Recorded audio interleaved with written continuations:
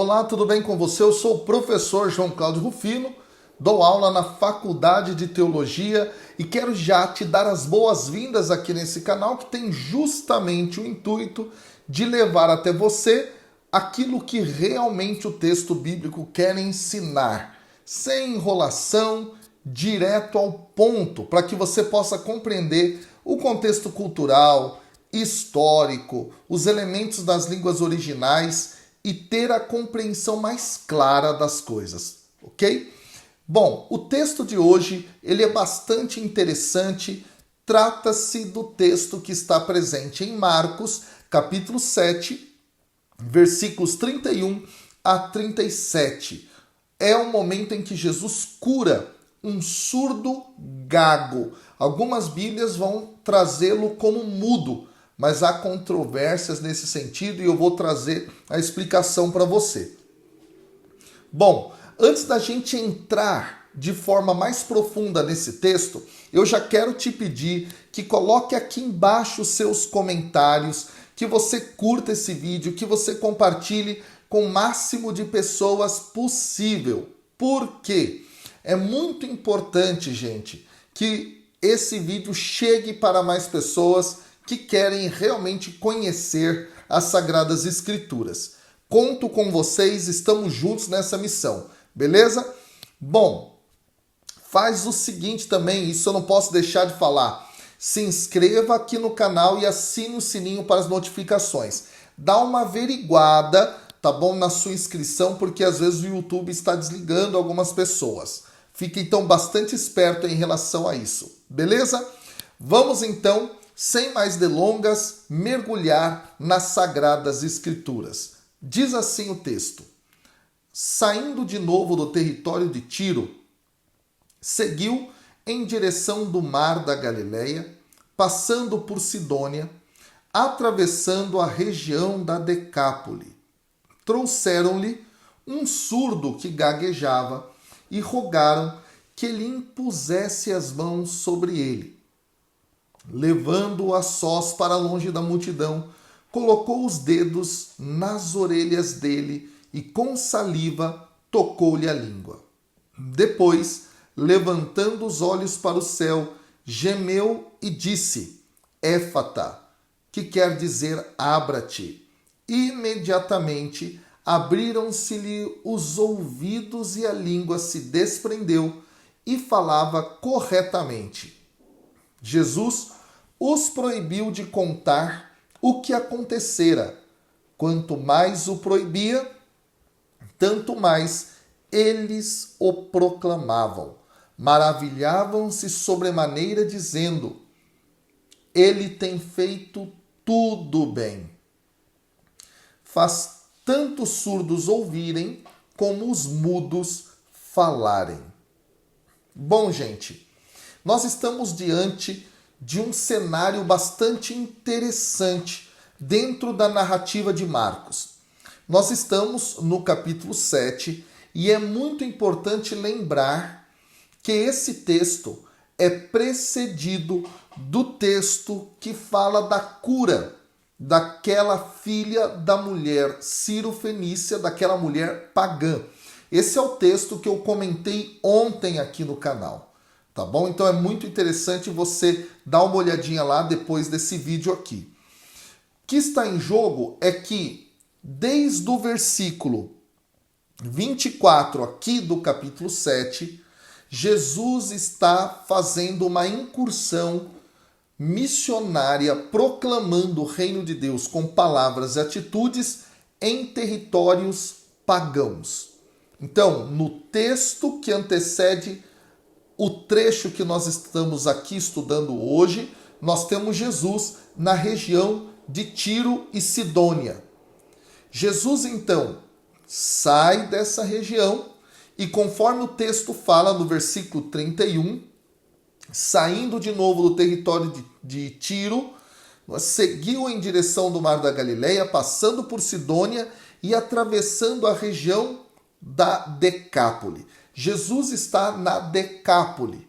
E a Decápole era também do lado oposto ao lado pagão do lago da Galileia, uma região composta por 10 cidades. Daí o nome Decápole, Deca 10, polis cidade. Então, Jesus está num local pagão aqui. E ele vai realizar esta cura dentro desta região. Um outro detalhe importante que forma o contexto literário e teológico desse texto é justamente o fato de que o versículo 31 que diz, saindo de novo do território de Tiro, é composto em grego por uma combinação bastante interessante, que é a combinação de cair com o verbo exelton. Aqui há um detalhe muito interessante. Cair em grego, traduzido para o português, é a conjunção e. Ok?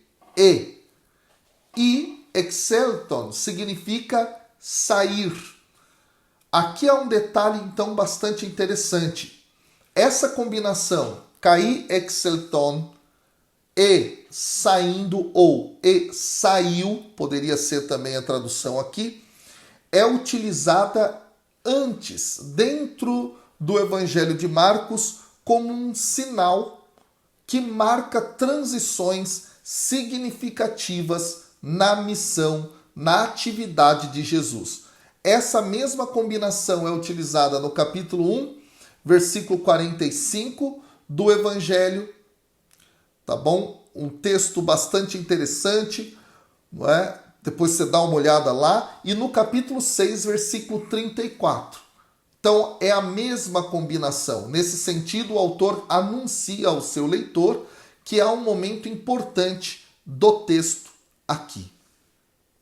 E aí o texto continua. Seguiu em direção do Mar da Galileia, passando por Sidônia, atravessando a região da Decápole. Jesus já esteve na Decápole antes. Ele esteve lá no capítulo 5, no versículo 20, quando ele faz, então, um exorcismo. Ele expulsa os demônios de um homem que estava possesso, justamente nessa mesma região.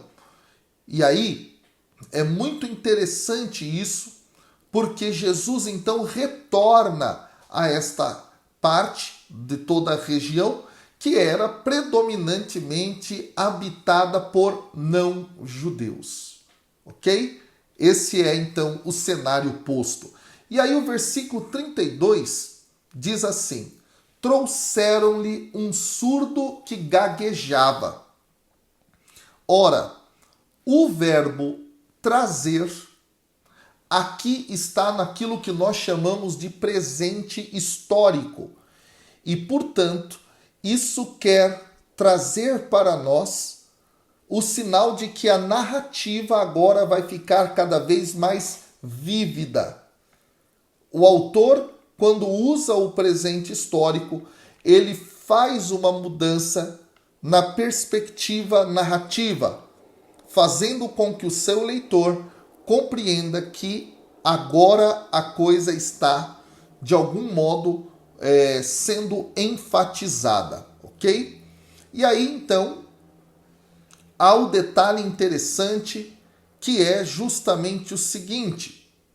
Marcos quer que o seu leitor saiba justamente que Jesus tinha fama e que essa fama dele tinha se espalhado por diversas regiões e já como anteriormente fora anunciado, quando Jesus estava na região da Decápolis, lá no capítulo 5, eu já disse aqui no versículo 20, não é? Muitas pessoas ficaram sabendo dos sinais, dos prodígios que o Senhor realizava. E nesse caso aqui, esse trouxeram-lhe diz respeito às pessoas que estavam na região da Decápole. Aqui não são discípulos, mas são pagãos que agora estão a aceitar o fato de que Jesus tem poder. Esse dado é muito interessante. E aí o texto começa não é, nesse sentido, a descrever aquele que vai receber o milagre e o seu problema. Então, aparece aqui que ele era surdo e que ele não falava muito bem. Em grego, o surdo é o termo kóphos. E esse kóphos, ele geralmente é a designação daquelas pessoas que estavam totalmente, completamente inábeis para ouvir. Então elas não ouviam nada. E aí o verbo, ou melhor, a palavra para gago aqui, tá, é a palavra mogilalos, que literalmente significa falar com dificuldade. E nesse sentido, não é?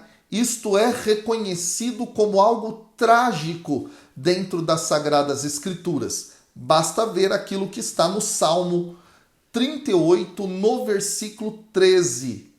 Tá? E aí, isto é tido como realmente um problema grandioso. Não falar direito. Tá bom? Esse dado é muito interessante. Um outro detalhe aqui é que esse texto, ele ecoa alguns textos do Antigo Testamento que são muito importantes. Um primeiro texto que eu quero destacar aqui é o texto de Isaías, capítulo 35, nos versículos 5 e 6, onde justamente vai ser dito que os olhos dos cegos serão abertos e os ouvidos dos surdos serão também curados. Como uma palavra que fala a respeito, não é, da esperança que o povo judeu deveria ter quando eles estavam lá na experiência do exílio da Babilônia. O texto de Isaías, nesse momento, está se referindo a esse contexto histórico. Tá? Esse dado é muito interessante, porque ele vai enfatizar justamente, não é, a esperança aqui. Ao mesmo tempo que também ele aponta para a ideia do tempo messiânico, que quando o Messias chega, esses sinais eles ocorreriam. Esse dado é interessante. E perceba, Jesus está realizando esta cura, realizando esta profecia, portanto, num local pagão. E significa que aquele grupo de pessoas o reconhecia ou estavam a reconhecer, muito possivelmente, o messianismo de Jesus de alguma maneira. Tá ok? Um outro detalhe é que esse texto, ele ecoa também as palavras de Deus a Moisés, quando Moisés estava lá no capítulo 4 do livro do Êxodo, diante do Senhor que se manifestava na sarça ardente. E Moisés então vai falar, eu não sei falar, eu não consigo falar e assim por diante. E aí respondeu-lhe o Senhor, diz o texto, quem fez a boca do homem? Ou quem faz o mudo ou o surdo ou o que vê ou o cego? Não sou eu, o Senhor? Percebe? Então há uma intertextualidade nesse sentido. Então este homem que vai ser curado no texto aqui, ele era gago, ele tinha dificuldades de fala e esta era uma ocasião para a manifestação do poder de Deus, do messianismo de Cristo Jesus. Ok? E o texto continua. E rogaram que impusesse as mãos sobre ele. Ora, aqui o verbo rogar é o verbo grego parakalem. E esse parakalem tem várias nuances, tem várias possibilidades de tradução e de significação. Literalmente, ele significa algo como chamar alguém para estar ao lado de algo ou de alguém. Tá? É nesse sentido que, inclusive, João, o evangelista, vai utilizar no seu texto o termo paráclito para a designação do Espírito Santo. E paráclito é o advogado, não é? Como nós já sabemos, o defensor, tá bom? E Paráclito, portanto, é aquele que caminha ao lado. Aqui o verbo parakalem aparece.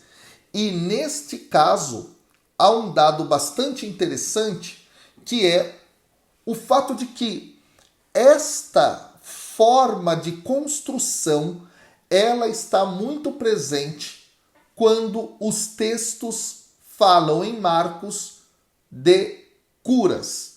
Exatamente. Trata-se de um verbo que é usado de forma similar no capítulo 1, versículo 40, capítulo 5, versículo 23, capítulo 8, versículo 22.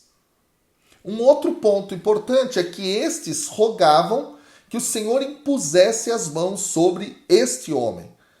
E a cura pelo toque é outro tema muito comum que está presente nas histórias de cura, sinais e prodígios, enfim, milagres dentro da narrativa deste Evangelho de Marcos. Capítulo 1, versículo 31 e versículo 41, capítulo 5, versículo 23, capítulo 5, versículo 41, capítulo 8, versículo 22, capítulo 9, versículo 27.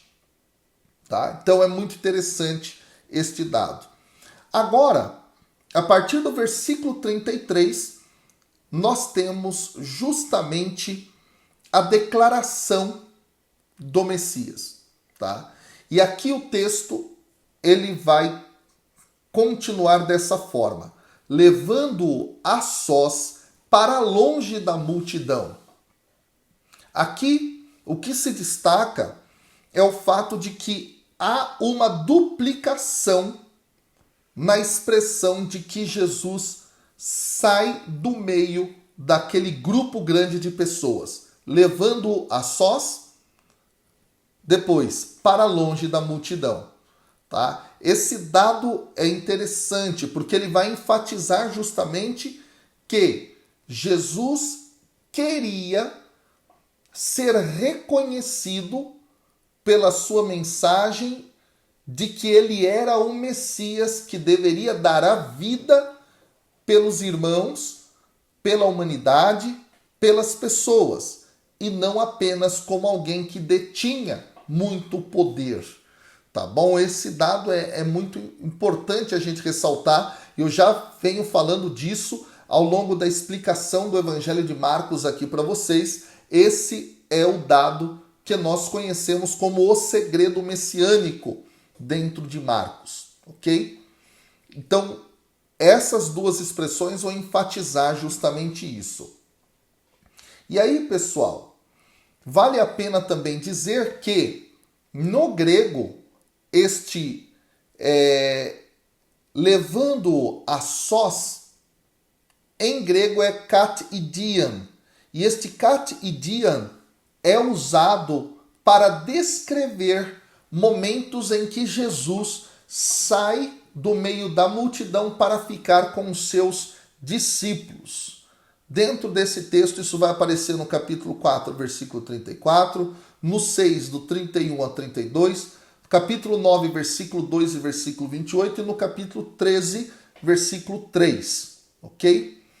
Bom, vamos avançar um pouco mais aqui. O texto diz: colocou o dedo nas orelhas dele.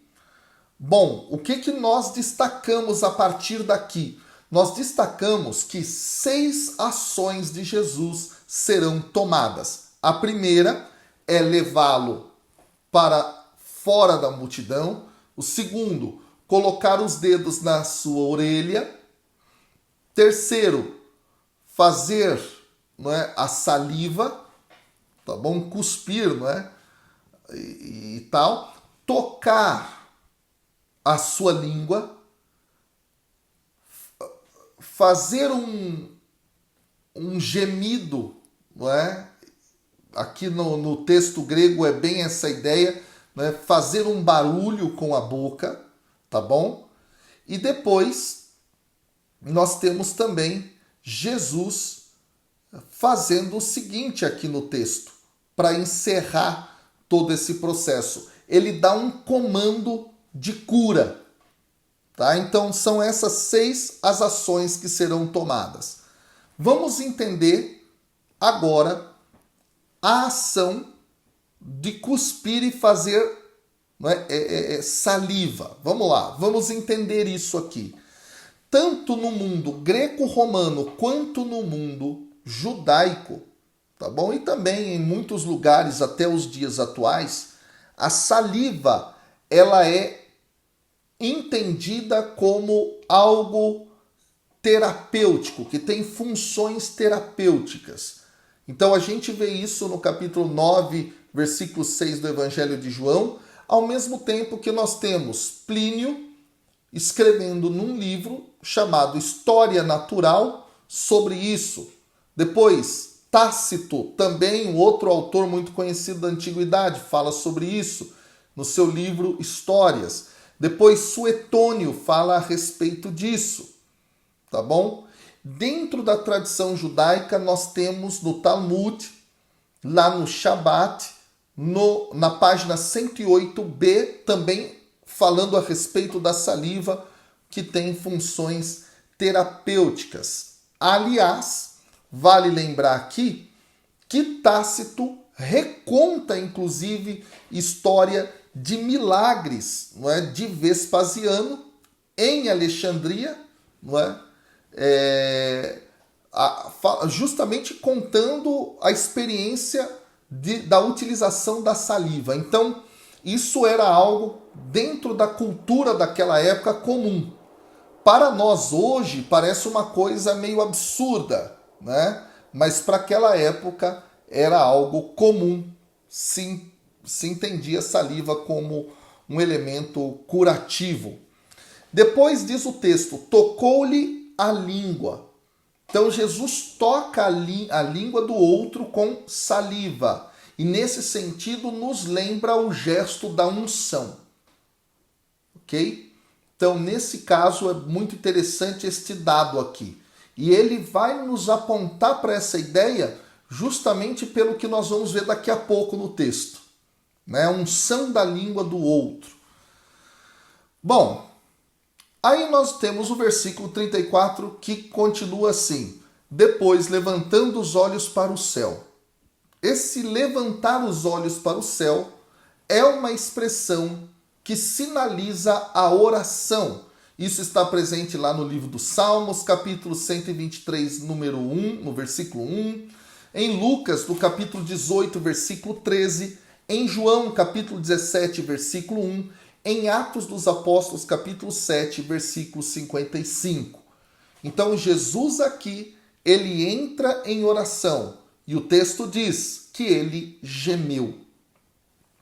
Ora, é bastante interessante perceber que este é um verbo que está sendo utilizado dentro do texto de Lucas apenas mais uma vez. Pelo menos um verbo cognato, não é o mesmo verbo, mas a mesma ideia está presente dentro desse evangelho apenas mais uma vez, que é justamente lá no capítulo 8, versículo 12. É um verbo cognato aqui, tá bom? Próximo desse verbo gemer. E o texto no capítulo 8, versículo 12 diz assim: Jesus, porém, arrancou do íntimo do seu espírito um gemido. Tá bom? Este gemido, ele é bastante complicado da gente poder explicar aqui qual é o seu sentido, qual é o seu significado. O que nós sabemos é que, dentro do mundo antigo, pessoas que realizavam curas, realizavam sinais, realizavam milagres, geralmente utilizavam o artifício de soltar algum som dentro daquele momento. Não temos muita explicação a respeito disso. Qual seria o sentido, não é, desse gemido? E o texto continua. E disse éfata. Bom, éfata, o próprio autor vai traduzir, significa abra-te. Jesus então declara esse éfata, o texto traduz falando o que ele é, E agora o versículo 35 traz para nós o efeito dessas ações de Jesus. Imediatamente abriram-se-lhe os ouvidos aqui. Marcos escreve literalmente, não é, que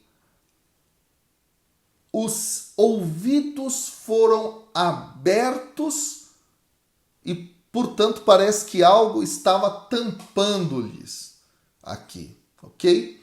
E o texto diz, e a língua se lhe desprendeu e agora ele falava corretamente. Então, parece aqui justamente que ele era gago, não é? Que ele soltava alguns sons, tentava até falar alguma coisa, não é? E agora ele está falando de forma correta. E aí, o texto continua falando de como foi a sequência desse processo. O versículo 36 diz, Jesus os proibiu de contar o que acontecera. Mais uma vez aqui, o segredo messiânico está em jogo. Depois, quanto mais o proibia, tanto mais eles o proclamavam. Aqui há um dado bastante interessante, que é o seguinte, o texto diz, quanto mais o proibia, singular, mais eles o proclamavam. Jesus proibia um, mas eles o proclamavam. Parece aqui, não é algo contraditório no texto, mas o que parece aqui é que o autor quer mostrar justamente que aquela multidão, ao ver o milagre, saiu a proclamar, saiu a dizer aos quatro cantos, digamos dessa forma, da obra realizada por Cristo Jesus. Agora, o verbo proclamar aqui é o verbo kerisen. E o verbo kerisen é justamente a raiz da palavra querigma, que todos nós tantas vezes utilizamos. E nesse sentido, esse kerisen tem uma carga religiosa colocada. E está dentro do texto de Marcos esse termo, não é, ligado justamente à mensagem que Jesus traz a respeito de Deus e também a mensagem da própria igreja no momento da pós-ressurreição de Jesus, que é justamente a proclamação que ela faz a respeito do próprio Cristo.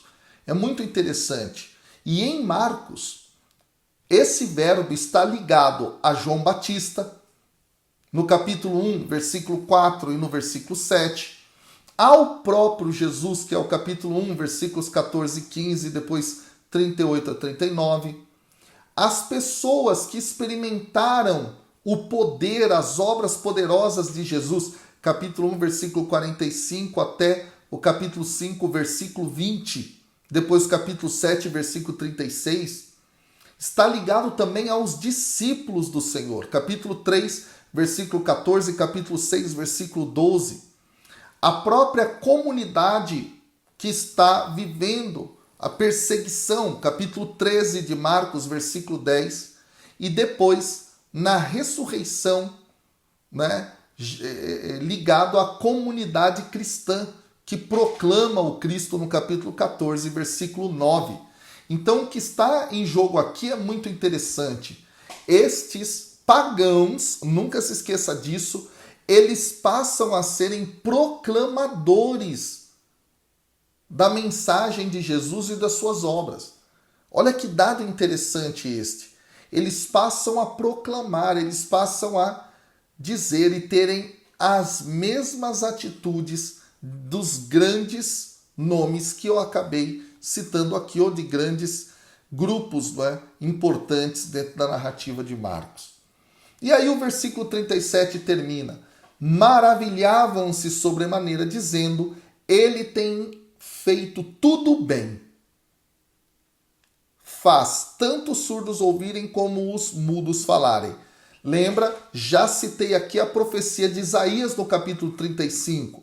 Mais uma vez isso é retomado por Marcos aqui. Mas eu quero terminar trazendo talvez a cereja do bolo, porque nunca eu acho que alguém que não tem a língua grega conseguiria entender o que está escrito aqui. Que é a expressão ele tem feito tudo bem. Essa expressão ele tem feito tudo bem, em grego é kalos panta pepoeken. Pepoieken.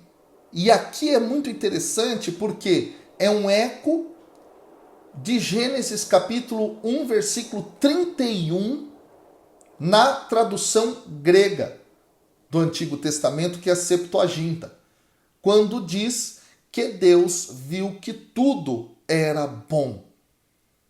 Gente, olha que dado interessante aqui.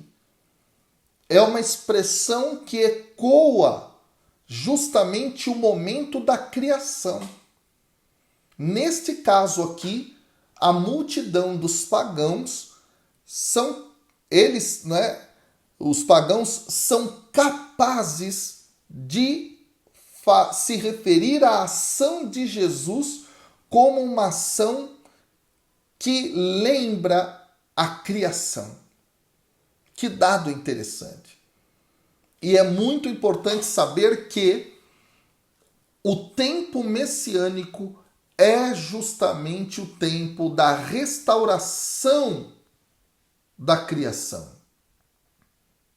Tanto é que nós teremos Jesus sendo comparado com Adão, como sendo o novo Adão. É muito interessante toda essa teologia. E aqui, isso está na boca dos pagãos. Que coisa interessante, gente. Aqui ficam perguntas para nós. Uma das perguntas é se nós temos